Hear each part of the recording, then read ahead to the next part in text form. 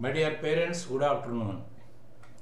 నిన్న నుంచి మనం కామర్స్ స్టడీ ఎట్లా ఉండాలి, ఎట్లా ఉంటే మన చిల్డ్రన్ కామర్స్లో ఒక స్ట్రెంగ్త్ని సంపాదించుకుంటారు, రేపటి రోజున వాళ్ళ భవిష్యత్తు నిర్మాణం వాళ్ళు ఎలా డిజైన్ చేసుకోగలుగుతారు.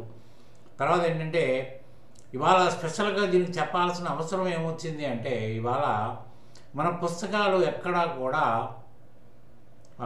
ప్రాక్టికల్ ఎక్స్పోజర్ చేసి లేవు. ఎందుకంటే ఎంతకాడికి ఎగ్జామినేషను దృష్టిలో పెట్టుకుని పుస్తకాలు రాసినవి తప్ప ఆ సబ్జెక్టు వల్ల స్టూడెంట్ యొక్క స్ట్రెంగ్త్ పెరగడానికి ఏమాత్రం ఉపయోగపడేటట్టుగా అది లేదు.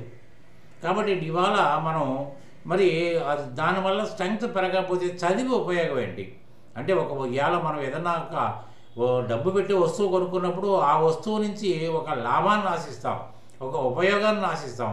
అది లేకపోతే మనం చదివి ఉపయోగం, మనం ఖర్చు పెట్టి ఉపయోగం ఏంటంటే ఇది కూడా అంతే. కార్పొరేట్ కాలేజ్ కానివ్వండి, గవర్నమెంట్ కాలేజ్ కానివ్వండి, ఎక్కడైనా కానివ్వండి, అమూల్యమైన టైంని, మన స్టూడెంట్ టైంని ఖర్చు పెట్టుకుంటూ మీ పేరెంట్స్ యొక్క డబ్బును వినియోగించుకుంటూ చదివిన చదువుకి ఫలితం ఏముందంటే శూన్యం అనిపిస్తుంది. ఎందుకంటే ఇవాళ నేను చాలామంది స్టూడెంట్స్ని చూస్తున్నాను.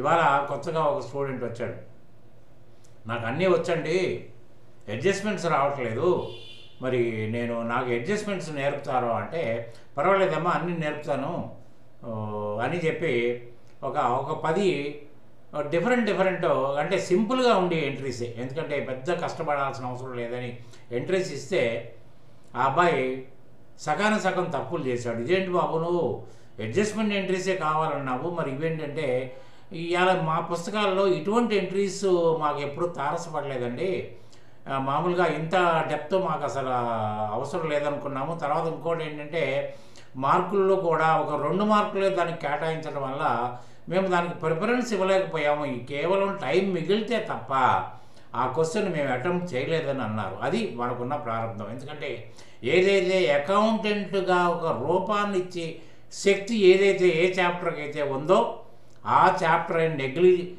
నెగ్లెక్ట్ కాకబడుతుంది. అది మీరు గమనించాల్సిన అవసరం ఉంది.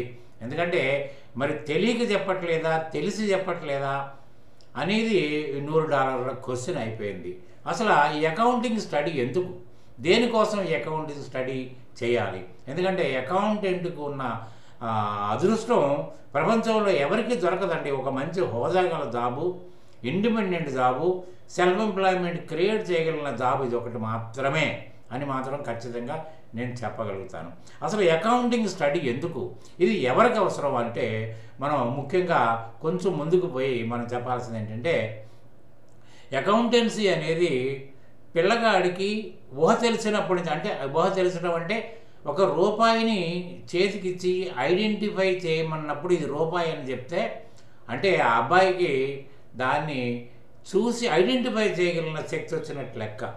ఆ రోజు మొదలుకొని ఆఖరికి ఈ లోకాన్ని వదిలిపెట్టి వెళ్ళిపోయేంత వరకు అతనికి రూపాయితోటే అవసరం. రేపు అతనికి పాల డబ్బాలు కావాలన్నా, బొమ్మలు కావాలన్నా, డ్రెస్సులు కావాలన్నా, స్కూల్లో చేరిన కాంచి స్కూల్ ఫీజులు కావాలన్నా, రకరకాలుగా ఎంజాయ్ చేయాలన్నా ఆ డబ్బే కావాలి. కానీ ఆ డబ్బు ఎక్కడిది? తల్లిదండ్రుల నుంచి జేబులోంచి వచ్చే డబ్బులు. కానీ ఆ డబ్బు యొక్క విలువ ఏంటనేది ఈ శాస్త్రమే చెప్తుంది.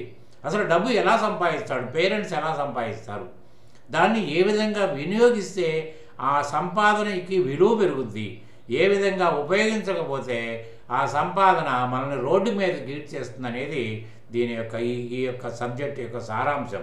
కానీ ఇది ఎవరు ఎక్కడా కూడా దీన్ని చెప్పిన పాపాన పోలేదు. అసలు అకౌంటెన్సీ అవసరం ఏంటి, what is the need to study accountancy subject. అయితే దీంట్లో 3 రకాల కేటగిరీస్ నేను చేసుకున్నానండి. ఒకటి ఏంటంటే ఎంప్లాయ్మెంట్. రేపటి రోజున తగిన విద్యను అభ్యసించితే దానికి తగిన విధంగా ఆర్గనైజరు అండ్ ఎంటర్ప్రెన్యూరు మీకు ఒక ప్లేస్మెంట్ కల్పించి మీ సర్వీస్ని అతను అవైల్ చేసుకుని అతను మీకు శాలరీ రూపంలో నెలవారీ ఇస్తూ పోతూ ఉంటాడు. అంటే మీ శ్రమకి మూల్యం మీకు దక్కినట్టు లెక్క. రెండోది ఏంటంటే కాస్త ఇంకొంచెం ముందుకు వెళ్ళినట్టయితే ఒక కన్విన్సింగ్ పవరు, సేల్స్ మ్యాన్షిప్ అంటే మాటలు నమ్ముకోగలిగిన శక్తి సామర్థ్యాలు ఉన్నవాడు, తర్వాత ఏ సమస్యనైనా అర్థం చేసుకుని పరిష్కరించగలిగిన వాడు అంటే ఒక ప్రొఫెషనల్, ఒక డాక్టర్ కానివ్వండి, ఒక యాక్టర్ కానివ్వండి, ఒక ఇంజనీరింగ్ కన్సల్టెంట్ కానివ్వండి, ఒక టెక్నికల్ కన్సల్టెంట్ కానివ్వండి, ఒక ఆడిటర్ కానివ్వండి, వీళ్ళు ఎవరైనా కూడా వాళ్ళ స్వశక్తితోటి అవతల వాళ్ళ ప్రాబ్లమ్ని అర్థం చేసుకుని దానికి మార్గం ఆలోచించి దాని యొక్క సొల్యూషన్ చెప్పి ఎవరైతే ఇబ్బంది పడుతున్నారో, ఆ సమస్యను ఎదుర్కోలేక ఇబ్బంది పడుతున్నారో వాళ్ళకి సొల్యూషన్ ఇవ్వడం ద్వారా వాళ్ళకి తగినంత ఫీజు, అంటే ఆ ఫీజు ఆయనే కోట్ చేసుకుంటాడు. ఎందుకంటే ఆయన ప్రైసింగ్ ఆయనే చేసుకుంటాడు. అదే శాలరీస్లో అలా ఉండదు. ఎంప్లాయర్కి తగిన ఈ శాలరీ ఇస్తే సరిపోద్దని ఆయన ఇస్తాడు తప్ప మీరు ఇంత శాలరీ ఇవ్వమంటే మీ సమర్థతను లెక్కేసుకుని అంతకంటే తక్కువ ఉంటే ఆయన ఇవ్వకపోవచ్చు. కానీ ప్రొఫెషనల్ విషయంలో అలా ఉండదు. కాబట్టి అది 2. మూడోది ఏంటంటే మరి ఈ 2 ఎంచుకోని మనిషికి ఒక వ్యాపారం చేయడానికి అవకాశం ఉంటుంది. వ్యాపారం ఎవరైనా చేయొచ్చండి, with or without commerce knowledge. అంటే అకౌంట్స్ అంటే తెలియని వాడు బిజినెస్ చేయొచ్చు. ఆర్ట్స్ చదువుకున్నవాడు కన్స్ట్రక్షన్ బిజినెస్ చేయొచ్చు, ఇంజనీరింగ్ కన్సల్టెన్సీ చేయొచ్చు, ఏదంటే చేయొచ్చండి. అంటే దీంట్లో చేయడానికి గల సమర్థత ఏం కావాలి అంటే ఒక బిజినెస్ ప్రారంభించి కొనసాగించాలంటే 2 ఐటమ్స్ ముఖ్యమండి. ఒకటి దాని మీద ముందు మక్కువ ఉండాలి, ఈ బిజినెస్ చేయాలనే ఆలోచన. తర్వాత ఆ బిజినెస్ చేయటం వల్ల ఏ విధమైన లాభాన్ని పొందగలుగుతాడు. లాభాపేక్ష తోటి చేసేదే వ్యాపారం, ఏదైనా లాభమే. ప్రొఫెషనల్ నిర్వహించినా ఉద్యోగం చేసినా లాభమే గురించే. నాకు డబ్బులు వస్తేనే చేస్తాను, అలా చేయను కదా. సో ఆ విధంగా ఎంచుకుంటాడు. దానికి కావాల్సిందండి 2 items. 1 is money, the second 1 is managerial capacity. అంటే మీకు ఆ విద్య రాదు కానీ సమర్థవంతంగా ఎవరికి ఈ బిజినెస్కి తగిన వాళ్ళు ఎవరు, ఇంజనీర్లా, కెమిస్ట్లా, ఆడిటర్లా, వీళ్ళ సాఫ్ట్వేర్ ఇంజనీర్లా, వీళ్ళు చేసుకుని వాళ్ళతోటి సమర్థవంతంగా మీకు కావాల్సిన రిజల్ట్ని పొందగలగటమే మేనేజరల్ కెపాసిటీ. ఆ మేనేజరల్ కెపాసిటీ మీకు ఉండొచ్చు, లేకపోతే ఇంకా మెరుగ్గా కావాలంటే కొంత మేనేజరల్ కెపాసిటీ మీకున్న కొంతమందిని హైర్ చేసుకుని వాళ్ళని వాచ్ చేసుకుంటూ మీరు దాన్ని కొనసాగించవచ్చు. దానివల్ల లాభార్జన గడిస్తాడు. అంటే ఈ 3 కేటగిరీలో మనీ అనేది ఎర్నింగ్ అయిపోద్దండి. కానీ మొదట చెప్పిన 2 కేటగిరీలో అంటే ఎంప్లాయ్మెంట్ కానీ ప్రొఫెషనల్ సర్వీసెస్లో కానీ ఫైనాన్షియల్ ఇన్వెస్ట్మెంట్ ఉండదండి. ఫైనాన్షియల్ ఇన్వెస్ట్మెంట్ ఉండదు. కేవలం మీ యొక్క బుద్ధి కుశలతతోటి, మీ యొక్క పాస్నెస్ తోటి, మీ యొక్క ఎలిజిబిలిటీ తోటి యూ కెన్ ఎర్న్ మనీ. కానీ బిజినెస్ వచ్చేటప్పటికి మనీ ఇన్వాల్వ్మెంట్ ఉండాలి, మీ కనుసన్నల్లోనే జరిగేటట్టుగా మీరు కాన్సన్ట్రేషన్ చేయాలి. ఈ 2 గుణాలు ఉన్నప్పుడు చేయొచ్చు. కానీ ఎప్పుడైతే బిజినెస్ చేయాలనే సంకల్పం మీకు వచ్చిందో మీ ఫ్యామిలీ బిజినెస్ పీపుల్ అయినా కూడా they may not encourage you, they may not push you to start an industry. ఎందుకంటే నువ్వు చాలా చిన్నవాడివి, ఇప్పుడే కాలేజీ నుంచి వచ్చావు, స్నేహాలు తప్ప నీకు ఇంకోటి తెలియదు, నువ్వు బిజినెస్ పెడితే కాంపిటేటర్స్ తోటి నువ్వు తట్టుకోలేవు, కాబట్టి నీకు వద్దు, కావాలంటే మన బిజినెస్ని చూసుకో, 1 ఇయర్లో నీ సమర్థతను నువ్వు పెంచుకో, అప్పుడు మాకు సాటిస్ఫాక్షన్ అయితే మేము నీకు తగిన ప్రోత్సాహం, ఆర్థిక ప్రోత్సాహంతో పాటు అన్ని రకాల ప్రోత్సాహాలు ఇస్తారంటారు. కానీ ఎప్పుడైతే ఈ అబ్బాయి స్టార్ట్ చేయాలనే ఆతృతతో ఉంటాడో దానికి తగిన సర్వే చేసి అతనికి అకౌంట్స్ రూపంలో కాకుండా ఒక రఫ్ స్టేట్మెంట్ రూపంలో నేను ఈ బిజినెస్ పెట్టడం వల్ల నాకు ఈ లాభం వస్తుంది, గరిష్టంగా నాకు ఇంత మిగులుద్ది, కనీస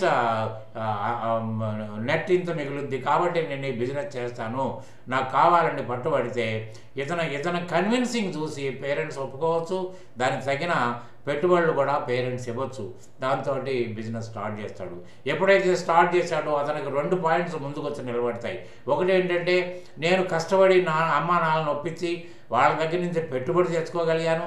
తర్వాత రన్నింగ్ కోర్సులో నాకు అవసరార్థం నా బంధువుల దగ్గర నుంచి, నా ఫ్రెండ్స్ దగ్గర నుంచి ఆర్థిక సహకారం పొందాను. నా మాట మంచితనంతో సప్లయర్స్ దగ్గర నుంచి కొంత ఇచ్చి కొంత అరువుకు తెచ్చుకోగలిగాను. అట్లనే టెక్నికల్ సర్వీసెస్, ప్రొఫెషనల్ సర్వీసెస్ తోటి కూడా నేను సర్వీస్ అయిపోయిన తర్వాత కూడా కొంతకాలం ఆగి డబ్బులు ఇచ్చినట్టు మాట్లాడుకున్నాను. అట్లనే నేను ఎంప్లాయీస్ని ఎంప్లాయ్ చేసి వాళ్ళ సర్వీస్ని కూడా నేను తీసుకుని తర్వాత ఎప్పుడో 1 నెల తర్వాత నేను పేమెంట్ ఇవ్వడానికి ఇట్లా ఈ విధంగా నా బిజినెస్ని నేను పెంచుకోగలిగాను. కానీ నేను తెచ్చిన డబ్బులు తర్వాత నేను సర్వీసు తీసుకున్న దానికి మూల్యం నేను ఇవ్వగలిగిన సమర్థత, ఫైనాన్షియల్ కెపాసిటీ నాకుందా, ఏ విధంగా నాకుంది, ఏ రూపంలో ఉంది, నేను ఖచ్చితంగా ఆ మాట ప్రకారం ఇవ్వగలిగితేనే నా బిజినెస్ రెప్యుటేషన్ పెరుగుతుంది, ఆ క్రెడిట్ వర్తీనెస్ తోటి నేను ముందుకెళ్ళగలుగుతాను, లేకపోతే నేను చేయలేననే ఉద్దేశంతో దానికి తగిన రిపోర్టింగ్ కూడా తయారు చేయాలి.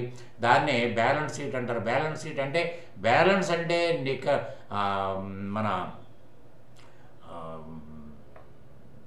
నిల్వ అంటే ఎవరెవరికి ఎంత బాకీ నిల్వలు ఉన్నాయి, ఎంతవరకు ఇవ్వాలి, అట్లనే మనం వాళ్ళకి తీర్చడానికి మన దగ్గర ఉన్న ఆస్తుల యొక్క నిల్వ ఎంత, అంటే ఫిక్స్డ్ అసెట్స్ ఎంత, స్టాక్స్ ఎంత, రావాల్సిన బాకీలు ఎంత, డిపాజిట్లు ఎంత, ఏం నిల్వ ఉన్నాయి, అంటే ఈ నిల్వలు నేను ఇన్ టైంలో వాళ్ళకి నేను ఇవ్వగలుగుతానా అనేది ఒకటి. రెండోది ఏంటంటే నేను బిజినెస్ పెడితే 40% లాభం వస్తుంది అనుకున్నాను గరిష్టంగా, మరి 40% వస్తుందా, 35% వస్తుందా, ఎందుకంటే 35 పైసలు మళ్ళీ ఖర్చులు పోతే నాకు 5 పైసలే మిగులుతుంది నికరంగా, మరి 40 పైసలు రాకపోతే నేను బిజినెస్ చేసే ఉపయోగం లేదు. కాబట్టి అడుగడుగునా నాకు లాభం వస్తుందా రావట్లేదా, తర్వాత నేను అప్పులు తీర్చుకునే సమర్థత నాకు ఉందా లేదా అనేది ఎప్పటికీ ఆలోచించుకుంటూ ఉంటాడు. కాబట్టి ఆ 2 రిపోర్ట్స్ చేయాల్సిన పరిస్థితి ఉంది. కాబట్టి ఈ 2 రిపోర్ట్స్ చేయటానికి కావలసిన అవకాశం, కావలసిన తగినంత నాలెడ్జ్ ఇవ్వగలిగిన సబ్జెక్టు ఓన్లీ కామర్స్. ఈ కామర్స్ సబ్జెక్టుని అలా చదువుకున్న రోజున మీరు బిజినెస్ చేస్తే మీకు ఉపయోగపడుతుంది, మిమ్మల్ని ఎవరన్నా హైర్ చేసుకుంటే వాళ్ళకి ఉపయోగపడేటట్టుగా మీ సర్వీస్ ఉంటుంది, అంత ఉండాలి. కానీ మన చదువుల్లో ఎక్కడా కూడా అసలు వ్యాపారం అంటేనే ఏంటో చెప్పట్లేదు. మరి అటువంటిప్పుడు వ్యాపారమే తెలియని మనిషికి రేపొద్దున ఈ సంగతులన్నీ ఎలా తెలిస్తే తెలియవు కదా. కాబట్టి ఇవాళ పార్ట్ 1 చెప్పాను, ఇక్కడ నుంచి ఎవ్రీ డే ఇంకా లోతుగంట పోయి టెక్నాలజీకి అర్థాలు చెప్పి మిమ్మల్ని ఒక మంచి అకౌంటెంట్గా తీర్చిదిద్దే బాధ్యతను నేను తీసుకుంటూ దీన్ని మీరు సబ్స్క్రైబ్ చేయండి. మీకు ఇష్టమైతే మీ ఫ్రెండ్స్కి ఫార్వర్డ్ చేయండి.